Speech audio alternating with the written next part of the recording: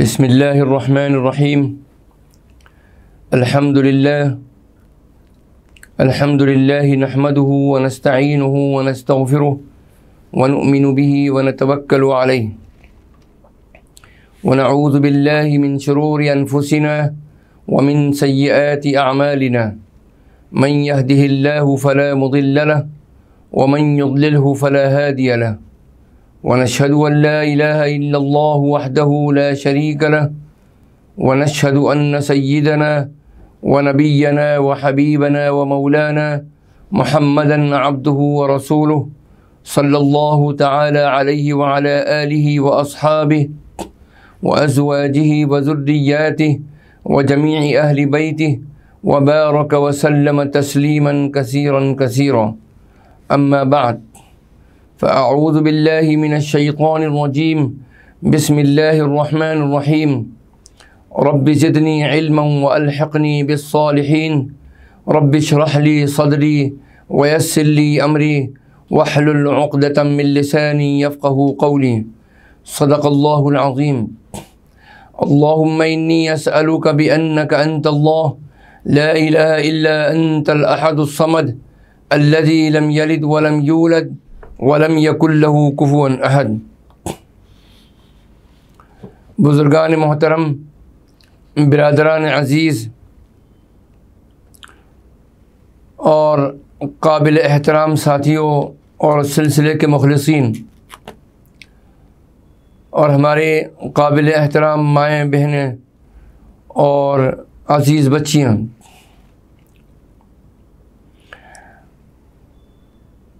معیار سلوک کے درس کا جو سلسلہ جاری ہے اس میں معیار دوم پر گفتگو چل رہی ہے اور معیار دوم کی آج 5ویں قسط ہے۔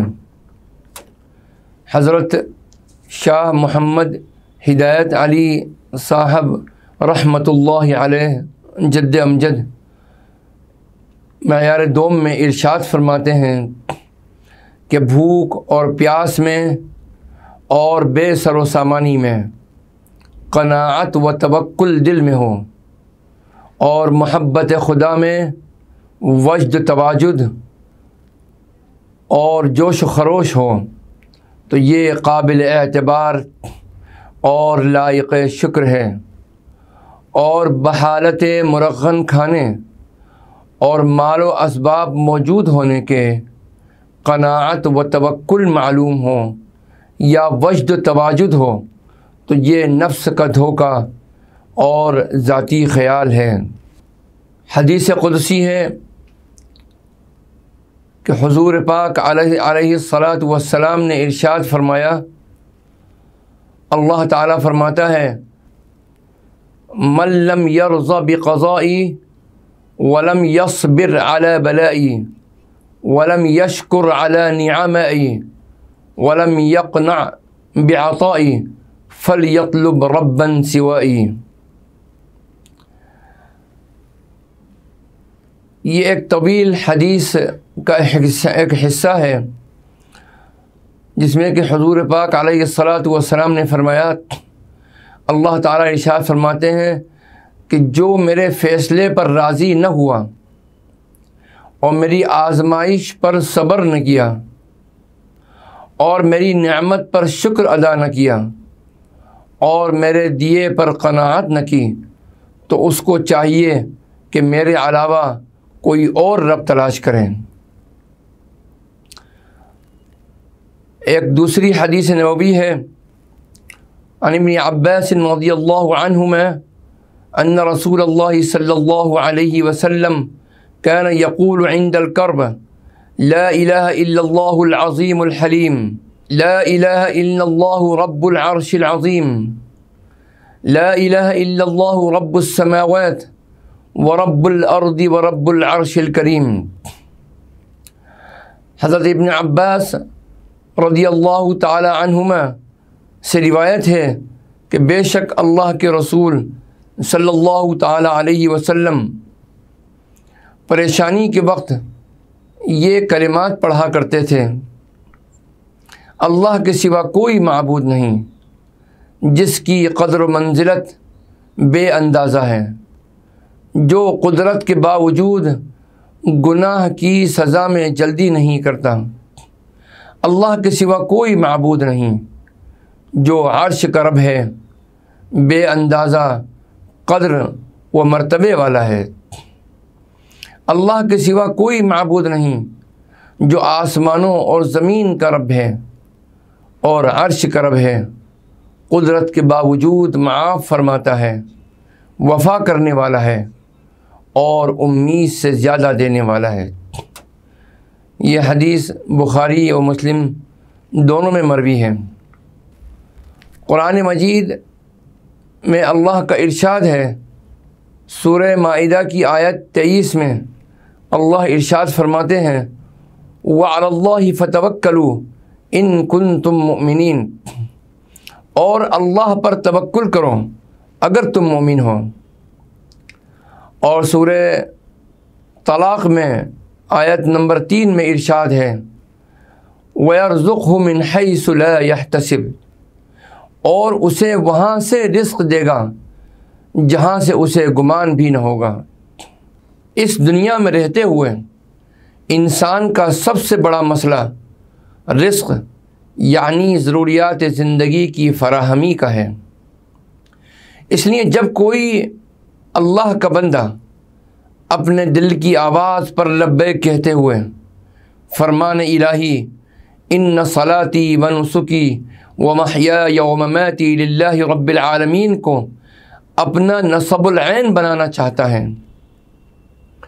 تو اس کے راستے کی سب سے بڑی رکاوٹ یہ اندیشہ بنتا ہے کہ ضروریات زندگی کیسے پوری ہوں گی۔ چنانچہ اس حوالے سے اللہ تعالیٰ کا یہ فرمان اہل ایمان کے لیے بہت بڑی خوشخبری ہے کہ اے میرے بندو، تمہارا رزق تو میرے ہاتھ میں ہے، تمہارا رازق تو میں ہی ہوں، اور تمہیں رزق دینے کے لیے میں وسائل و اسباب کا محتاج نہیں۔ تم لوگ ایمان و یقین کے ساتھ مجھ پر اعتماد کر کے دیکھو، میں تمہیں وہاں سے رزق دوں گا جہاں سے تمہیں گمان بھی نہ ہوگا۔ وَمَن يَتَوَكَّلْ عَلَى اللَّهِ فَهُوَ حَسْبُهُ، اور جو کوئی اللہ پر توکل کرتا ہے تو اس کے لیے وہ کافی ہے۔ جو شخص اللہ تعالیٰ پر توکل کر کے اپنے معاملات اس کے سپرد کر دیتا ہے، اللہ تعالیٰ اس کی ضروریات و حاجات کو اپنے ذمے لے لیتا ہے۔ ان اللہ بالغ امرہ قد جعل اللہ لکل شیء قدرا، اللہ تعالیٰ نے ہر چیز کے لیے ایک اندازہ مقرر کر رکھا ہے۔ قرآن مجید سورۃ الزمر کی آیت 36 میں اللہ کا ارشاد ہے، الیس اللہ بکاف عبدہ، کہ اللہ کافی نہیں ہے اپنے بندے کے لیے۔ یہاں بالخصوص نبی اکرم صلی اللہ علیہ وسلم اور تبعاً اہل ایمان کی تسلی مقصود ہے کہ آپ لوگ مطمئن رہیں، اللہ آپ کی مدد اور حفاظت کے لیے کافی ہے۔ لیکن بات میں زور پیدا کرنے کے لیے سوالیہ انداز اختیار فرمایا گیا، وَيُخَوِّفُونَكَ بِالَّذِينَ مِن دُونِهِ، اے نبی صلی اللہ علیہ وسلم، یہ لوگ آپ کو ڈراتے ہیں ان سے جو اس کے علاوہ ان کے معبود ہیں۔ یہ لوگ اپنے جھوٹے معبودوں کی طرف سے آپ کو دھمکیاں دیتے ہیں کہ آپ پر ان کی پھٹکار پڑ جائے گی۔ اسی طرح سے حضرت ابراہیم علیہ السلام کو بھی آپ کی قوم نے دھمکی دی تھی، آپ نے ہمارے سارے معبودوں کی نفی کر کے انہیں ناراض کر دیا ہے، اب آپ پر ان کی پھٹکار پڑے گی اور ان کی طرف سے آپ کی پکڑ ہوگی۔ ان کے جواب میں حضرت ابراہیم علیہ السلام نے فرمایا، سورہ انعام کی آیت 81 میں اللہ کا ارشاد ہے کہ میں ان سے کیوں کر ڈروں، جن کو تم نے شریک ٹھہرایا ہے، جب کہ تم اس بات سے نہیں ڈرتے کہ تم نے اللہ تعالیٰ کے ساتھ ایسی چیزوں کو شریک ٹھہرایا ہے جن پر اس نے کوئی دلیل نازل نہیں فرمائی۔ یعنی بدبختو، مجھے تم ان پتھروں کے بتوں سے کیا ڈراتے ہو، جب کہ ڈرنا تو تم لوگوں کو چاہیے کہ تم اللہ کے ساتھ شرک کرتے ہو۔ وَمَن يُضْلِلِ اللَّهُ فَمَا لَهُ مِنْ هَادٍ، اور جس کو اللہ تعالیٰ گمراہ کر دے تو اس کے لیے کوئی ہدایت دینے والا نہیں۔ جس کی گمراہی پر اللہ تعالیٰ مہر لگا دے اس کی رہنمائی کرنے والا کوئی نہیں۔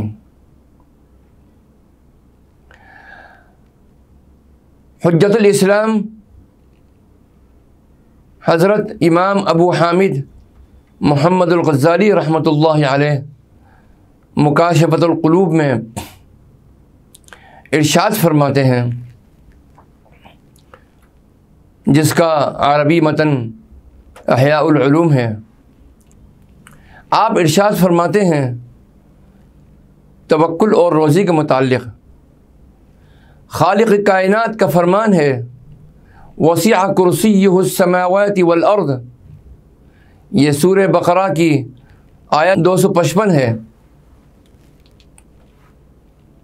وسع کرسیہ السماوات والارض، یہ سورہ بقرہ میں اللہ کا ارشاد ہے، اس کی کرسی آسمان اور زمین سے وسیع ہے۔ حضرت ابن عباس رضی اللہ عنہ کا قول مروی ہے کہ کرسی کے اندر 7 آسمان ایسے ہیں جیسے کسی ڈھال میں 7 درہم ڈال دیے جائیں۔ بعض احادیث میں آیا ہے کہ حاملین عرش اور حاملین کرسی کے درمیان 70 حجاب تاریکی کے اور 70 حجاب نور کے ہیں، اور ہر حجاب کی موٹائی 500 برس کی راہ کے برابر ہے۔ اگر یہ حجابات نہ ہوں تو کرسی اٹھانے والے عرش اٹھانے والوں کے نور سے سوختہ ہو جائیں۔ حضور نبی کریم صلی اللہ تعالیٰ علیہ وسلم کا اسم گرامی توریت میں متوکل ہے، اور کیوں نہ ہو، آپ صلی اللہ علیہ وسلم سے بڑھ کر اللہ تعالیٰ کی حقیقت کا شناسہ کون ہے؟ آپ توحید پرستوں کے سردار کاملین کے رہنما ہیں، اور حقیقت یہ ہے کہ توکل آپ پر روز روشن کی طرح آیا ہے۔ اسباب دنیاوی سے تعلق منقطع کر لینے کا نام توکل نہیں، توکل تو اسباب کے ساتھ ہوتا ہے۔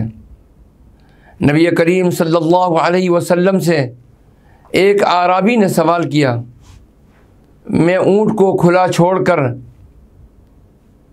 یا اس کا پاؤں باندھ کر توکل کروں؟ آپ نے ارشاد فرمایا، پہلے اونٹ کا پاؤں باندھ پھر اللہ پر توکل کر۔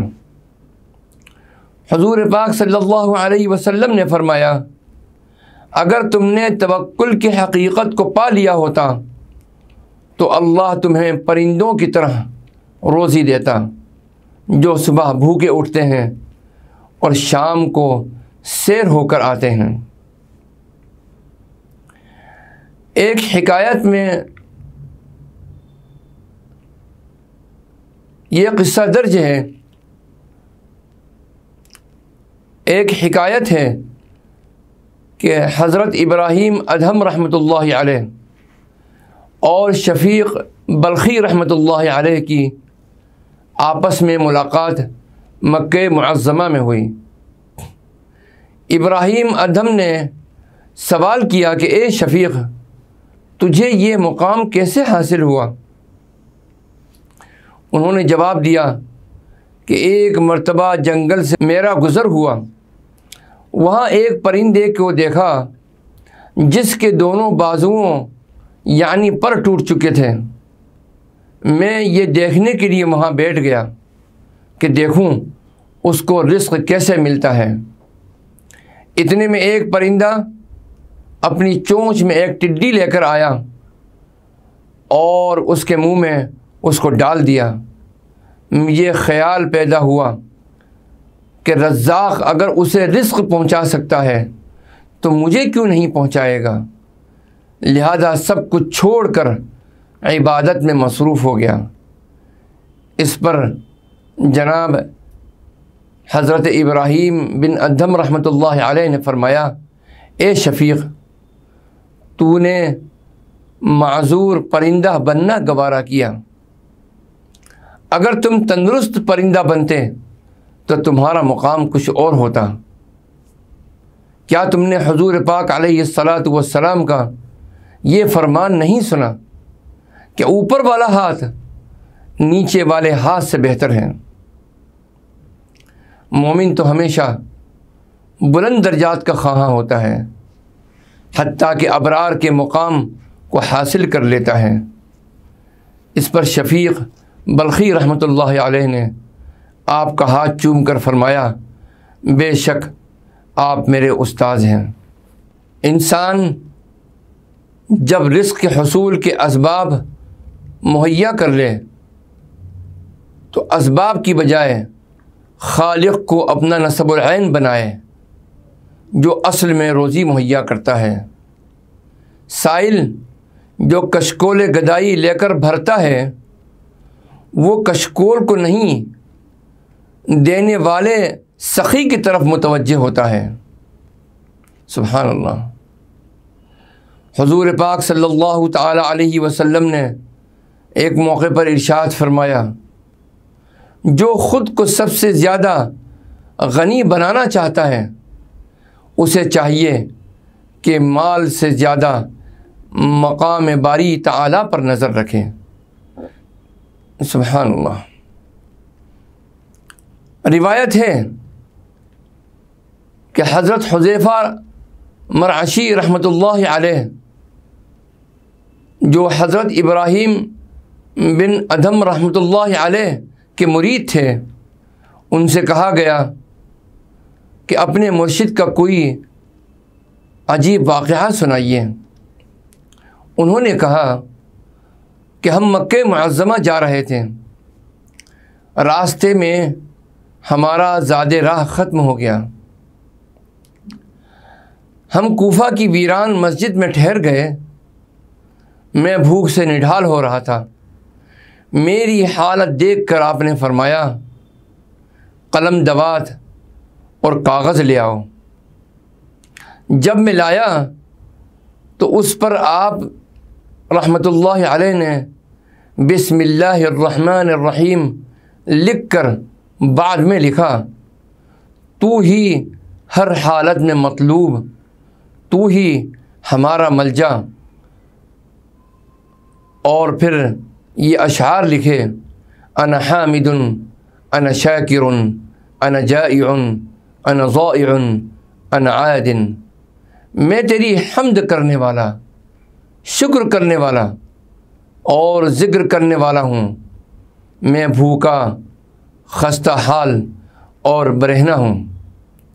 ہی سستۃ وانا الضمین لنصفها فکنی الضمین لنصفها یا باری، اے اللہ میں 3 باتوں کا ضامن ہوں، باقی 3 کی ضمانت تو قبول فرما لے۔ مدحی لغیرک لہب نار خفتها فجر عبیدک من دخول النار، تیرے سوا کسی اور کی ثنا میرے لیے آگ سے کم نہیں، لہٰذا اپنے بندے کو اس آگ سے بچا لے۔ پھر وہ رقعہ دے کر آپ نے مجھ سے فرمایا، اللہ کے سوا کسی غیر کا خیال دل میں نہ لانا، جو آدمی تمہیں سب سے پہلے ملے اسے دے دینا۔ چنانچہ خچر سوار مجھے ملا، میں نے اس کو دے دیا، وہ پڑھ کر رونے لگا۔ پھر پوچھا رقعہ لکھنے والا کہاں ہے؟ میں نے کہا اس مسجد میں۔ یہ سنتے ہی اس نے 600 دینار کی مجھے تھیلی دی۔ اس کے بعد ایک اور آدمی ملا۔ میں نے اس خچر سوار کے بارے میں پوچھا۔ اس نے کہا وہ نصرانی تھا۔ میں نے واپس آ کر حضرت ابراہیم بن ادھم رحمۃ اللہ علیہ کو واقعہ سنایا۔ آپ نے فرمایا ٹھہرو، وہ ابھی نہ جائے گا۔ کچھ دیر بعد وہ نصرانی آ گیا۔ اس نے آ کر آپ کے سر کو بوسہ دیا اور مسلمان ہو گیا۔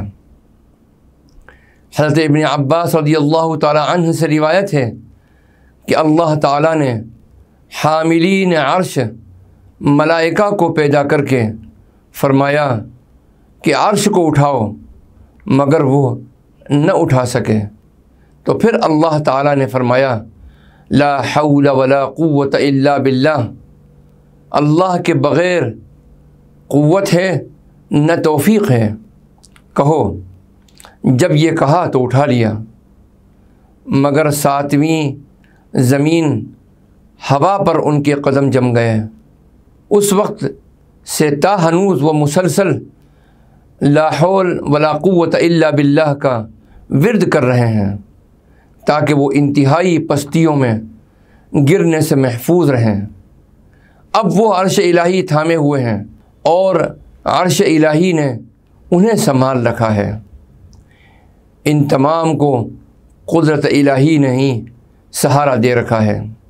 روایت میں ہے کہ جو شخص صبح شام 7 مرتبہ حسبی اللہ لا الہ الا ہو علیہ توکلت وہو رب العرش العظیم پڑھتا ہے تو اللہ تعالیٰ اس کے تمام عزائم کو پورا کر دیتا ہے۔ مزید روایت ہے کہ اس کے دنیا و آخرت کے تمام کام پورے ہو جاتے ہیں۔ الحمدللہ، اللہ تعالیٰ ہمیں اللہ تعالیٰ پر تمام اسباب کی فراہمی کے ساتھ ساتھ اللہ پر یقین کرنے کی توفیق عطا فرمائے، اور اللہ تعالیٰ صحیح معنی میں توکل کے اس مقام پر ہم کو پہنچنے کی توفیق عطا فرمائے، اور اللہ اپنے فضل سے اور اپنے کرم سے توکل کے اس مقام پر ہم کو پہنچائے جہاں اس نے اپنے عارفین، اولیاء کرام اور مقبول اور اپنے خاصان خدا کو اور اللہ تعالیٰ نے اپنے مقرب بندوں کو وہاں پہنچایا ہے۔ اللہ ہم کو بھی اس مقام پر پہنچا دے اپنے فضل سے اور اپنے کرم سے۔ وآخر دعوانا ان الحمد للہ رب العالمین، والصلاة والسلام علی النبی الکریم، والسلام علیکم ورحمۃ اللہ وبرکاتہ۔ بسم اللہ الرحمن الرحیم۔ اللہم صلی علی سیدنا و مولانا محمد وعلی آل سیدنا و مولانا محمد وبارک وسلم۔ اللہم انت السلام ومنک السلام، تبارکت یا ذا الجلال والاکرام۔ ربنا ظلمنا انفسنا وإن لم تغفر لنا وترحمنا لنكونن من الخاسرين۔ ربنا آتنا في الدنيا حسنة وفي الآخرة حسنة وقنا عذاب النار۔ ربنا عليك توكلنا وإليك أنبنا وإليك المصير۔ ربنا لا تجعلنا فتنة للقوم الظالمين ونجنا برحمتك من القوم الكافرين۔ ربنا تقبل منا إنك أنت السميع العليم وتب علينا يا مولانا إنك أنت التواب الرحيم۔ وصلى الله تعالى على خير خلقه سيدنا محمد وعلى آله وأصحابه أجمعين برحمتك يا أرحم الراحمين۔